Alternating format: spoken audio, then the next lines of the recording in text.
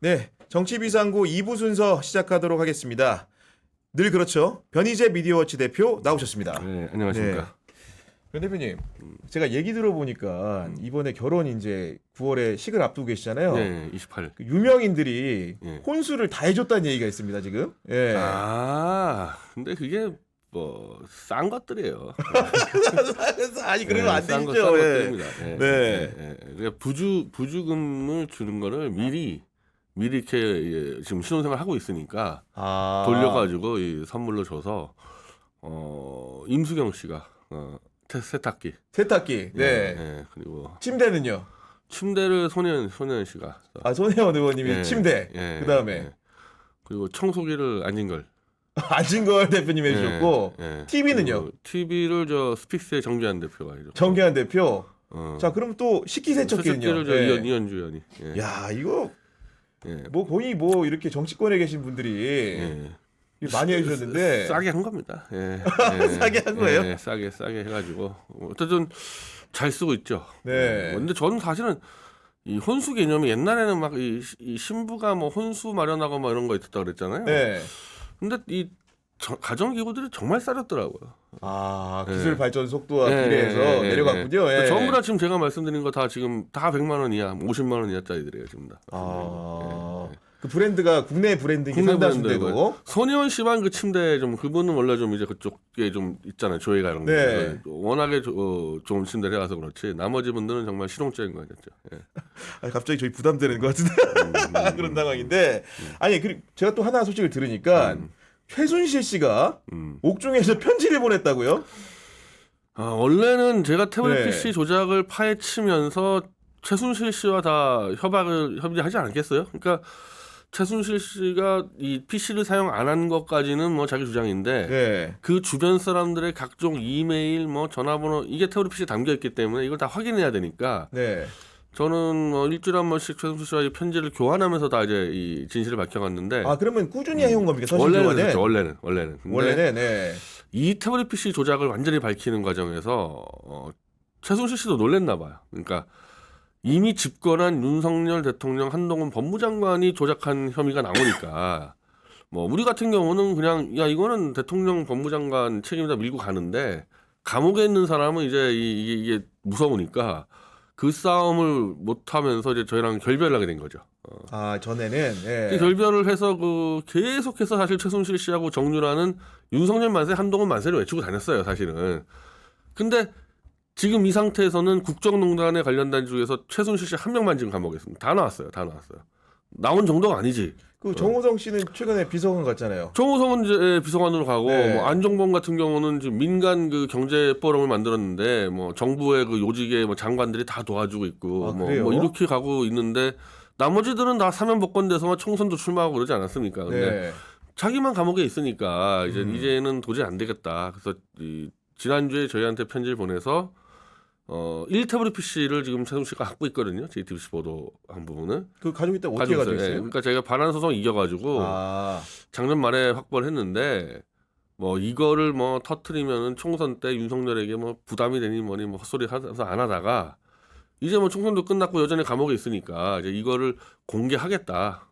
공개하는데 좀 정치 세력을 좀 더 모아달라 그렇게 해가지고 네. 지금 여러 채널에서 지금 그 태블릿 PC를 확보를 해서 최순실 씨 말대로 좀 연합체를 구성하려고 그래요. 지금 이 부분 대해서는. 그 연합이라고 하면 어떻게 구성되는 거예요? 여기에 이제 뛰어들고 있는 사람들이 지금 저 자유통일당의 정광훈 목사팀이 뛰어들어 있고 네.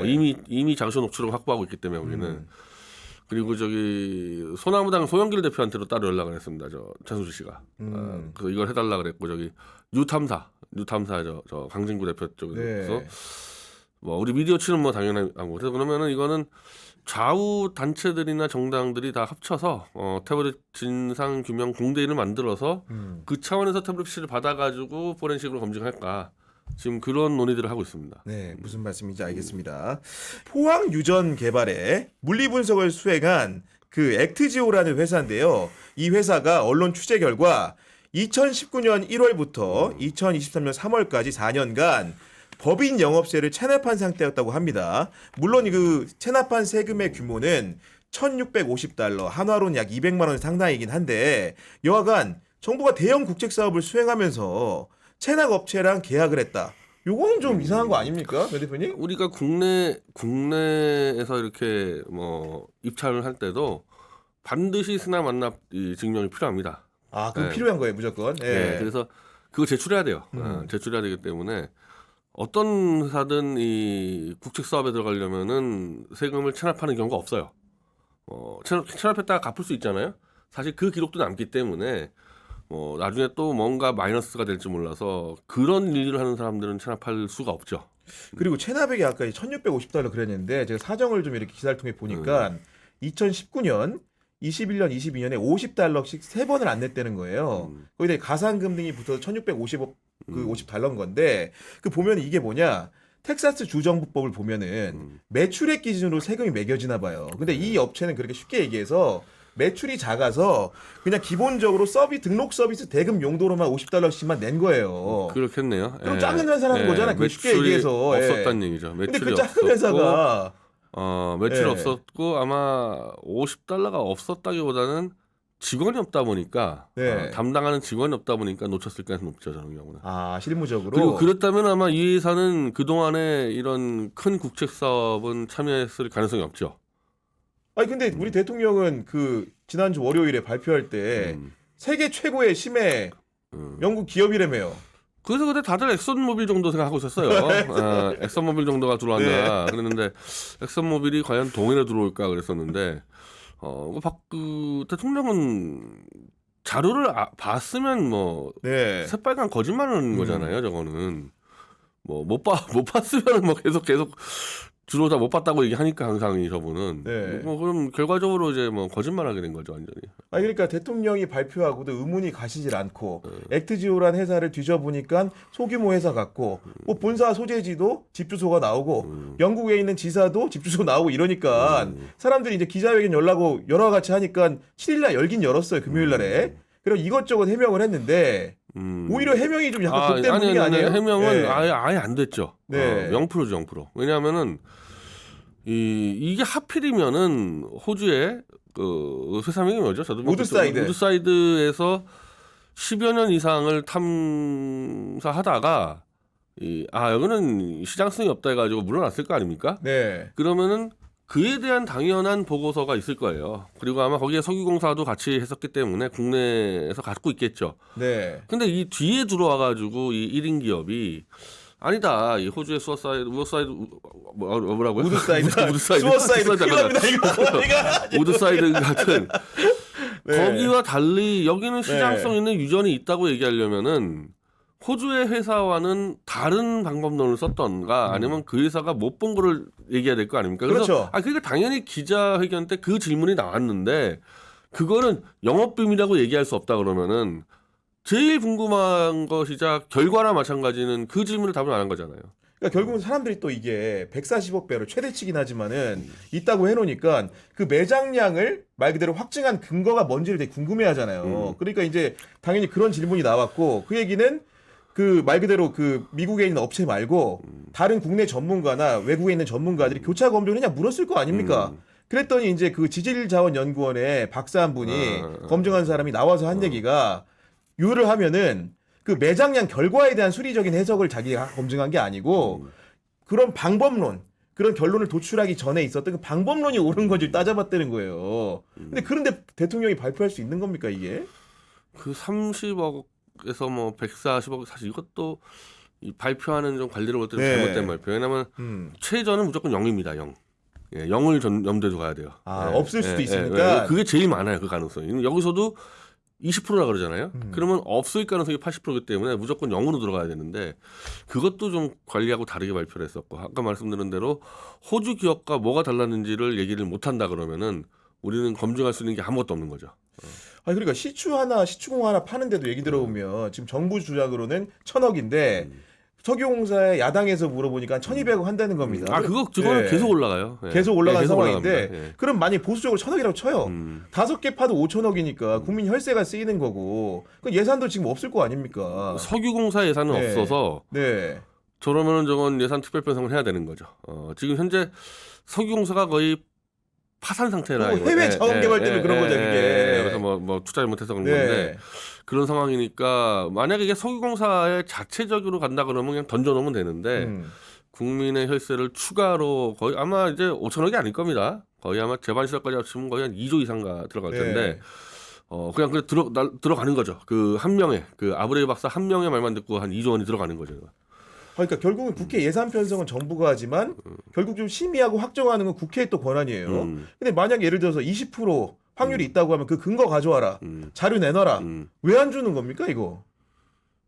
글쎄 뭐 만약에 뭐 혹시 낼 수 있어요. 제가 정말 다른 이 석유 회사들이 쓰지 않았던 정말 이 특허를 받은 최첨단 공법이었다 그러면은 모르겠는데 그것도 아니라는 이상 엑슨모빌에 있었다면서요. 네, 그럼 뭐, 근무했다고 주장하고 있죠. 거의 뭐 네. 비슷하겠죠. 어떤 것들이 이게 다 비슷한 거기 때문에 안 줄 이유도 없는데 그래서 국회에서 2조 원대 예산을 이제 심의를 할 때 요청 안 하면 국회는 깎아야죠. 깎는 게 아니라 줄 수가 없는 거죠. 없애버려야 되는 건데 이 지금 TK 쪽 언론 보도는 뭐 연일 이제 좋은 거예요? 연일 이제 포항은 두바이가 된다 해서 뭐 난리 치는데 어쨌든 한 2조 원 정도가 이 포항 인근 TK에다가 돈이 쓰여지니까 그것만 해도 좋은 거죠. 거기는 지역 경제 살리는 차원으로 지역 언론사들 같은 경우는 그 엑스포 때 그 부산 지역 언론사들 얼마나 많은 광고를 받았는데요. 그러니까 이 TK 지역 언론에다가는 이제 완전 뿌리는 거고 지역의 업자들도 마찬가지잖아요. 거기도. 그렇죠. 네. 개발업자들도 뭐 충분히 한몫 챙기니까. 사람 들어오면 경제가 돌긴 돌 거 아닙니까? 그러니까 그게. 이제 이런 말 그럴 바에야 그냥 2조 원을 포항에다 뿌려라 그냥. 포항 경제 살리기 뿌려라. 바다에다가 들어가지 순수하게. 말고 포항 시장에다가 뿌리라고 차라리 그게 더 효과 있지 않냐. 그렇죠. 아니 근데 저는 또 대통령의 그런 브리핑을 다시 이제 곱씹어 보다 보니까 그런 허점들이 좀 보이는 건데 대통령이 뭐라고 했냐면 포항 영일만 앞바다에 석유와 가스 있다고 했는데 그 앞바다의 기준 우리 대표님 생각에 앞바다 기준이 뭐예요? 우리 수역 얘기해야 되는 거 아니에요? 예. 네. 근데 그것도 아직 좀 애매모호하더라고요. 예. 아니 그러니까 그 앞바다라고 하면 보통 이제 그 우리가 그 관련된 학계에서 이르는 거는 20km래요, 육지로부터. 근데 이제 우리가 지금 석유나 가스가 매장되고 있는 지역은 육지로부터 최소 30km 정도 떨어졌다는 거예요. 그러면은 심해라는 표현을 써야 되는데 우리가 지금 보면 앞바다 그 뭐 표현이 주는 그 상징성이 좀 있잖아요. 명일만 뭐 이렇게 앞바다. 포항 앞바다 이러면 당장 앞에 온 것 같잖아요. 지금 보면은. 그래서 그런 표현 썼다. 아니 그 일부러 썼는지 모르겠어요, 솔직히. 예. 근데 매장량 자체가 너무 거대해서 과연 이게 어디까지 분포된지도 사실은 좀 부정확하니까. 네. 그래서 저 일본 언론이 첫날부터 야 그렇게 거대한 이 유전이 있었으면은 일본 같으면은 조용히 숨겨서 개발했을 텐데 왜 떠벌어대냐. 네. 떠벌어대면 떠벌어댈수록 다른 나라 개입할 여지가 큰데. 그러니까 이 유전이 작으면 상관없는데 크니까 어디까지인지 모르잖아요 이게. 그러니까 여기서부터도 다 지금 앞뒤가 안 맞는 얘기들 하는 거죠. 아니 우리 대표님 말씀대로 진짜로 이게 큰 빅 이슈면은 외신이 쓰겠죠? 포항 지역 언론이 쓰겠습니까? 네.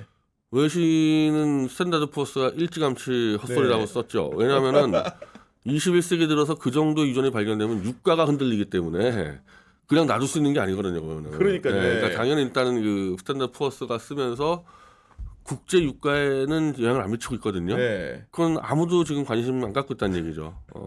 근데 만약에 반대로 그 윤석열 대통령이 이 국내에서 이 수사만 해서 그런데 이 국제 유가를 막 뒤흔드는 세력들은요 큰일 나는 수 있어요. 뭐 어떤 점에서 그렇죠? 아니 그 유가 문제로 얼마나 많은 이 세력들이 붙어 있습니까? 그걸로 전쟁도 벌이고 암살도 하는데. 네.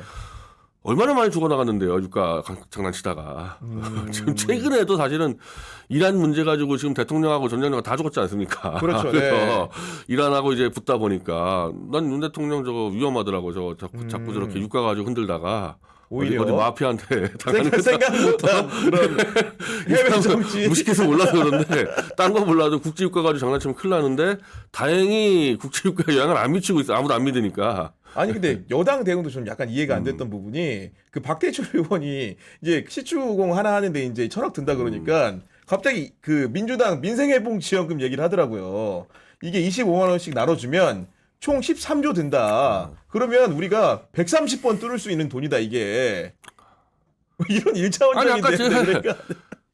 네. 그 밑바닥에 뚫고 들어가서 그거 저기 아브레이 박사 측에 돈 줄 바에야 포항시장에서 네. 그냥 100만 원씩 나눠주는 게 낫다. 포항 시민들에게. 차라리 그게 낫다니까요. 지금 이거는. 상황 자체가 그건 뚫어봐야 그거는 뭐 업자들만 먹는 거 아닙니까? 그럼 차라리 그냥 포항 시민들에게 다 나눠주는 게 낫죠. 그런 경제 개발 효과를 얘기한다면은.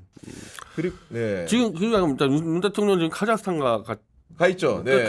그러니까 혹시라도 이 카자흐스탄이 사실 이 석유 엄청 강대국이거든요. 아 그런가요? 또 거기 가서 또 입 잘못 놀리지 않을까. 거기서 또 우리도 이제 산유국 강국이다 어쩌고저쩌고 하다가 그러면은 자꾸 이제 유가를 건드리잖아요. 자꾸 저로 다니면은. 네. 정말 조심해야 될 거예요. 안 그래도 보니까 카자흐스탄, 이번에 우즈베키스탄 이렇게 탄자 붙은 세 나라를 가게 되는데 다 아니 그 투르크메니스탄까지. 우즈베키스탄 말고 지금 다 산유국을 네. 하고 있는 거예요. 지금 사실은. 근데 네. 이게 연결된 건지 모르겠어요. 왜 갑자기 산유국을 가고 있는지. 아니 안 그래도 광물 협력 이런 얘기도 많이 나오더라고요. 자원 얘기 네. 나오잖아요. 중앙아시아가 원래 좀 자원에 보고인 모양이죠. 특히 카자흐스탄이 가장 막강하죠. 네. 여기는. 그래서 하여튼 그 국제 돌아다니면서 우리가 뭐 140억짜리 유전 갖고 있다 떠들지 않았으면 좋겠어요. 그거. 뭐 위험하니까.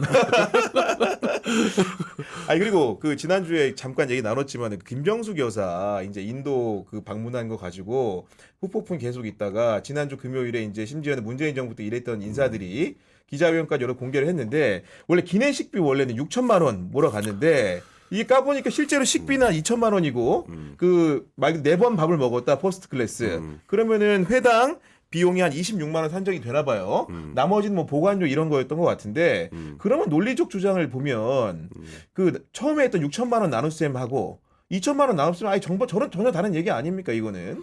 저런 거는 뭐 혼란의 여지가 없지 않겠어요? 네. 첫 번째 정보를 발표한 사람이 정확히 했었으면은 그러면 저게 뭐 해외 순방을 뭐 김정숙 씨 혼자 간 것도 아니고 얼마나 많이 가봤으니까 그 누적된 데이터도 있을 거고 그래서 뭐 대한항공에 요청하니 뭐니 하다가 이제 좀 더 정교하게 발표하니까 통상적인 거다 그렇게 나온 거잖아요. 네. 그래서 뭐 처음부터 이상하다.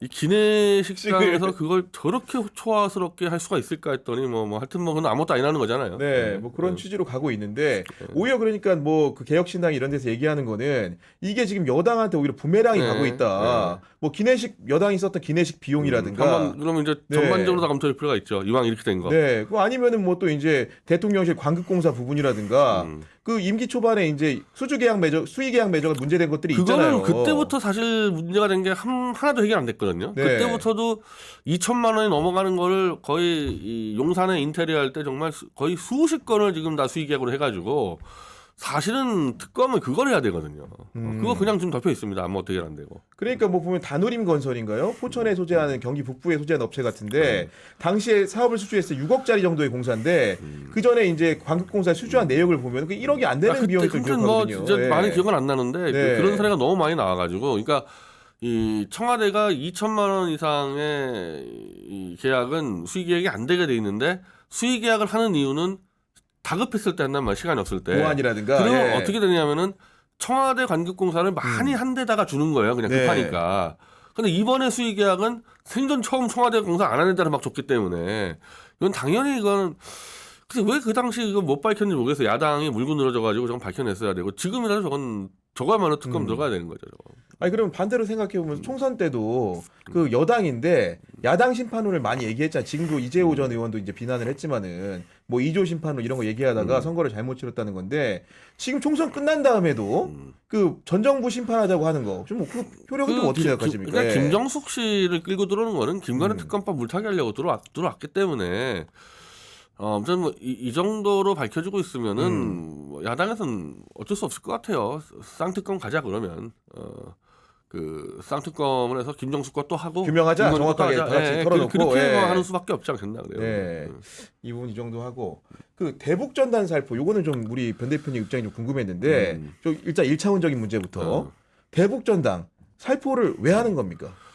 근데 그거는 전통적으로 네. 그건 뭐 여러 이제 뭐 인터뷰 취재 데이터나 있어서 북한 체제에 이제 이 꽉 막힌 통로를 뚫을 수 있는 가장 효과적인 방법이라는 거는 사실상 입증이 됐죠. 아 그래요? 예, 그건 네. 왜냐하면 수많은 탈북자들의 이 인터뷰 데이터가 있거든요. 대부분 이제 그 거기서부터 보고 특히 이제 컴퓨터가 보급된 시대부터는 이제 USB를 보고 한국 드라마 보고 이러면서 놓았다는 거니까 그 효과는 그거는 뭐 부인할 수는 없는데 이제 그러다 보니까 이 풍선이 북한 주민들에게 넘어가야 되잖아요. 이제 그게 핵심인데 그렇게 생각하진 않고 이벤트를 중시 여겨가지고 예를 들면 바람이 북에서 남으로 불고 있는데 네. 미리 이제 이렇게 나 여기서 오늘 뭐 풍선 뭐 1000개 날린다 잔뜩 이제 이벤트를 해가지고 그러면은 그럼 바람이 북에서 남으로 와도 쏴야 될 거 아닙니까? 날짜 정해놨으니까. 그렇죠. 예. 그러니까 이런 일들이 자꾸 벌어지는 거야. 자꾸 이렇게. 실제로 전달 목적이 있으면 예. 남에서 북으로 가야 되는데. 그래서 이게 보수 진영에서도 크게 논쟁이 있었는데 진짜 북한에게 전달하려고 그러면 무조건 비공개로 하고 갑자기 남에서 북의 바람이 빨리 불 때 그때 가서 해야 되는 거야. 막 그냥 그때 가서. 근데 그러면은 이 이벤트를 못 하잖아요. 그 실제로서 이벤트를 못 하는데도 이렇게 이 십시일반 돈 모아서 하는 팀들이 있어요. 그 팀들이. 그 팀들이 제대로 하는 거고 맨날 그 뭐 시끄럽게 하는 팀들은 거의 다 이 서울로 들어와요. USB가 예. 네, 그러니까 바람 같은 거 신경 안 쓰고 하니까. 네. 그래서 이제 그러면 이제 그렇게 되면은 이 공개가 예를 들면 임진각에서 한다 그러면은 이제 북한은 임진각에다가 장사포를 다 겨냥해 버린다. 얼마나 이게 이제 이쪽 주민들이 사는 사람들은 불안하겠냐면. 네. 근데 반대로 야밤에 막 새벽에 그냥 모르게 하는 사람들 같은 경우는 주민들이 했는지 아닌지도 알 수도 없는 거야 그런 경우는. 그러니까 북한도 알 수도 없는 거고. 아. 그래서 모르게 하는 게 맞다. 예, 그랬으면은 그게 크게 문제는 안 되는 겁니다. 사실은. 이게 문제가 안 북한에서 되는 상황인데. 할 수가 없어. 시비를 걸 수가 없어요. 모르게 하는 경우. 근데 오히려 맨날 해놓고 시끄럽게 보도자료 하고 내고 이런 상황들이 보도자료에 예. 북한 주민은 가지도 않고 이제 그런 게 문제인 거죠. 아니 근데 우리 경찰도 어쨌든 공권력이라는 게 있잖아요. 그러면 예를 들면 뿌리는 건 좋다 이건데 표현의 자유니까 제약할 수 없다고 헌재 결정도 있고. 근데 그럼에도 불구하고 모든 단체가 하는 일들 저도 알지만 그 관리를 좀 하는 거 아닙니까 원래는? 그러니까 네. 이게 이 저는 원칙적으로는 제동 걸어야 된다고 봐요. 근데 아까 말한 대로 모르게 하는 사람들은 대충 놔두면 돼요. 어쩔 수 없는 거고. 네. 그건 정말로 이 잡듯이 뒤에서 잡을 생각 없으면 못 잡는 거니까. 네. 근데 그런 정도로 관리를 하면은 북한이 컴플레인을 해도 최대한 막고 있다 이렇게 할 수가 있지 않습니까? 그런 식 협상의 여지가 있기 때문에 그래서 지금도 저는 계속 그 방식 유지하면 좋다고 생각해요. 막고 있다 그러면 되는 거야 북한에다가는 막고 있다. 막고 있다. 신호를 주면 되는 거지, 그죠? 네, 막고 예. 있다. 그래서 공개적으로 못하게 하면 되는 거거든요. 네. 결국 이러다가 이제 대북 확성기까지 왔는데 확성기는 어떤 거예요? 이게 이건? 그러니까 예. 이제 사실 앞뒤가 안 맞는 일이 벌어져 버렸는데, 자 북한은 민관이라는 게 없잖아요. 없죠. 그러니까 저는 사실 과연 이게 대북 전단 때문에 벌어진 나타났을까? 일인가? 왜냐면 제가 볼 때 이거는 그냥 무기야 무기 테스트 같은데 대북 전단 핑계대고 무기 테스트하는 거 아닌가라고 보고 있는데 우리는 민관이 다르잖아요. 그러니까 북한에 가서 우리는 지금 최대한 설득하고 통제하고 있는데 야밤에 몇몇 애들이 하고 있는 건 뭐 불가능 이렇게 어쩔 수 이해하면 없다. 되는 건데 예. 이건 대북 확성기는 관이 하는 거잖아요. 이거는 관대관이 부딪힌 거 아닙니까? 한마디로 북한은 관에 오물풍선과 대한민국 관에 확성기가 붙은 거 아닙니까? 그렇지. 이거는 전면 충돌이죠 이렇게 되면은.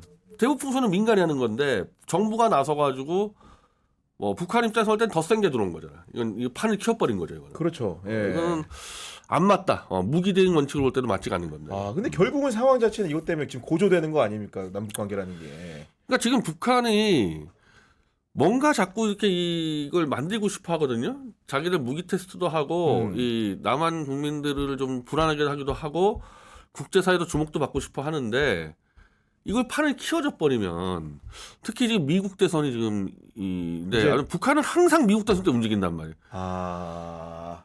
그러면은 우리는 판을 죽여야 되거든. 근데 이걸 판을 키워버렸어요.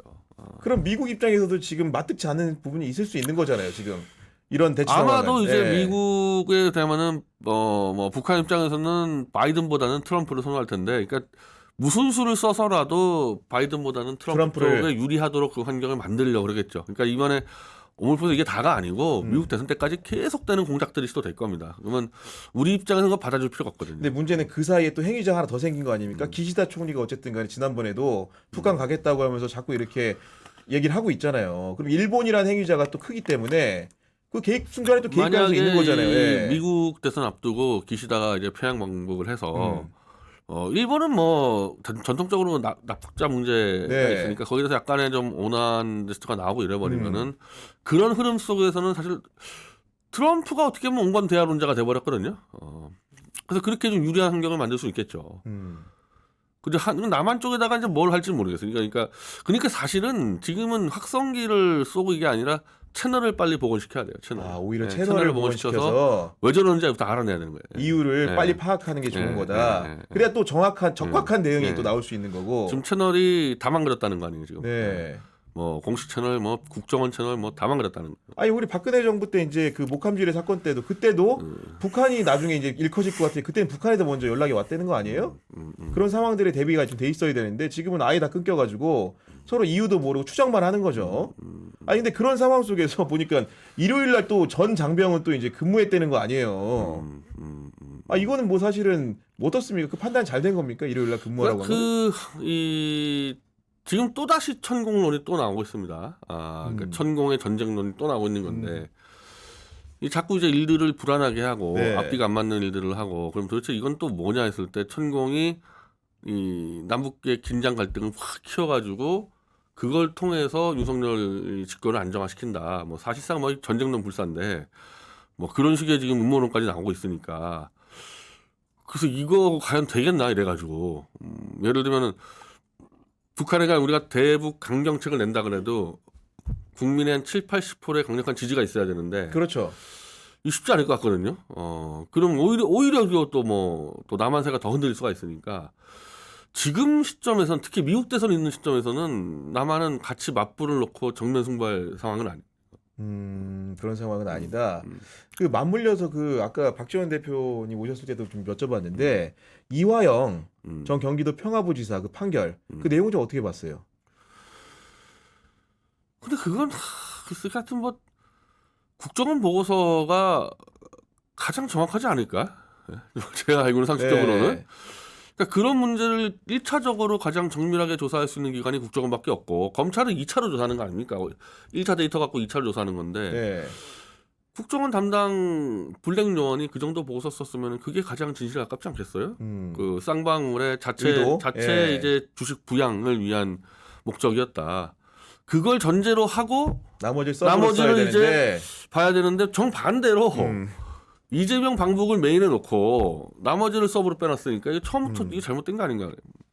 그렇군요. 그럼에도 불구하고 여하간 유죄 판결이 나왔고 항소심 결과나 대법원 판결을 앞두고 있지만 결국 이재명 대표가 이제 기소되는 거는 기정사실화 또 돼 있는 상황이잖아요. 이번 주에 기소한다는 네. 얘기도 나오죠. 네. 뭐 구속 기소까지 아닌 것 같은데. 네.